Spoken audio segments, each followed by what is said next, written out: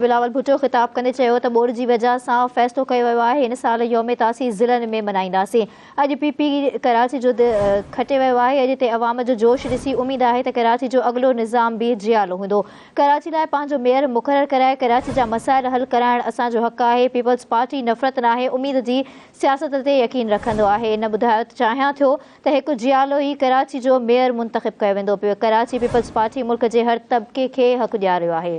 उन सां गॾोगॾु चेयरमैन पीपल्स पार्टी बिलावल भुट्टो ज़रदारी चयो आहे त सभु पार्टी वर्कर्स कन्वेंशन थी रहिया आहिनि। पीपल्स पार्टी 55 साल अवाम जी ख़िदमत कई आहे। असां जीअं भुट्टो जो नारो हणी 3 आमरनि खे भॼायो। पाकिस्तान पीपल्स पार्टी नफ़रत जी सियासत ते यकीन नथी रखे। पाकिस्तान पीपल्स पार्टी नफ़रत जी सियासत खे रद्द करे थी। पीपल्स पार्टी सॼी पाकिस्तान जी ज़ंजीर आहे। पीपल्स पार्टी नफ़रत जी न बल्कि उम्मीद जी सियासत आहे। पीपल्स पार्टी मुल्क खे चोड़ींदी नाहे बल्कि जोड़ींदी आहे। हिकु जंग हाराइण खां पोइ शहीद ज़ुल्फ़िकार अली भुट्टो मुल्क जी क़यादत संभाली। ज़ुल्फ़िकार अली भुट्टो हारायल क़ौम खे पंहिंजनि पेरनि ते बीहारियो। ज़ुल्फ़िकार अली भुट्टो पंहिंजी ॾाब सां इंडिया खां 90,000 जंगी क़ैदी छॾाया।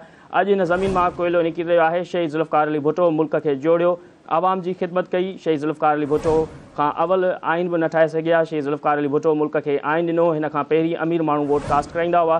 चेयरमैन पीपल्स पार्टी बिलावल भुट्टो ज़रदारी वधीक चयो त नौजवाननि खे शहीद ज़ुल्फ़िकार अली भुट्टो हक़ ॾिना। चइनी सूबनि में बहितरीन तइलीमी इदारा खोलिया विया। पाकिस्तान खे एटमी ताक़त बणाइण में बि अहम किरदारु शहीद ज़ुल्फ़िकार अली भुट्टो जो हुयो। उहो पीपल्स पार्टी जो ई कारनामो आहे। असां ज़ात लाइ न मुल्क लाइ सियासत कई आहे।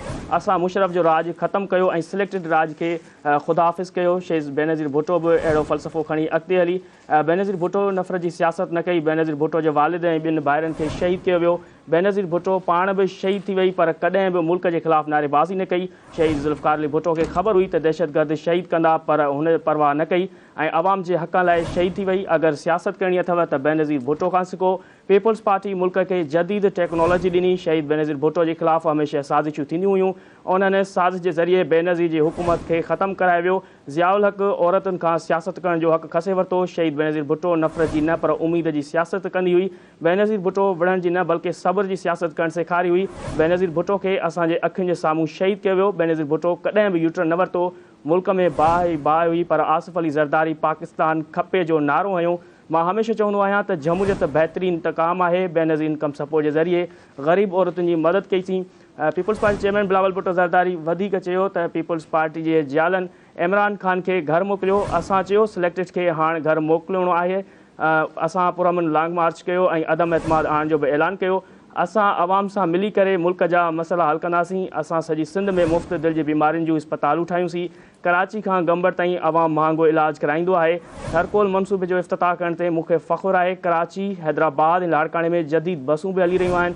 असां जॾहिं सफ़रु शुरू कयो त कराची में किचिरो खणण लाइ बि गाॾी न हुई। मुखालफ़नि खे चऊं था त नफ़रत जी न जेका सियासत आहे उहा बंदि कयो। मुल्क जे मफ़ाद जे करे जमहूर जे ख़िलाफ़ु साज़िशूं बंदि करियो न त अवाम तव्हांखे कॾहिं बि माफ़ु न कंदो। इदारनि पंहिंजूं ग़लतियूं मञियूं ऐं सियासत में मुदाख़लत न करण जो फ़ैसिलो कयो आहे।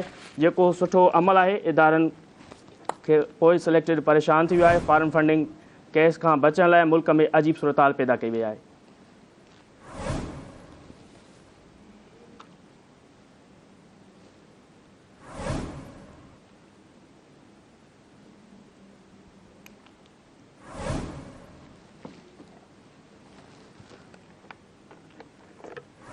हुन वधीक चयो त इदारनि पंहिंजूं ग़लतियूं मञियूं ऐं सियासत में मुदाख़लत न करण जो फ़ैसिलो कयो आहे। जेको सुठो अमल आहे। इदारनि जीअं खां पोइ जेको आहे सो सिलेक्टेड परेशान थी वियो आहे। फॉरेन फंडिंग केस खां बचण लाइ मुल्क में अजीब सूरताल पैदा कई वई। पंहिंजी घड़ी चोरी खे लिकाइण लाइ मुल्क में खूनरेज़ी कराई वई। इस्तीफ़ाऊं जूं धमकियूं ॾियण वारो कूड़ो आहे। लिखी थो ॾियां त पंजाब ऐं ख़ैबर पख्तूनख्वा जूं असेंबलियूं न टोड़ींदो। तहरीक इंसाफ़ जो मार्च नाकाम तरीन मार्च आहे।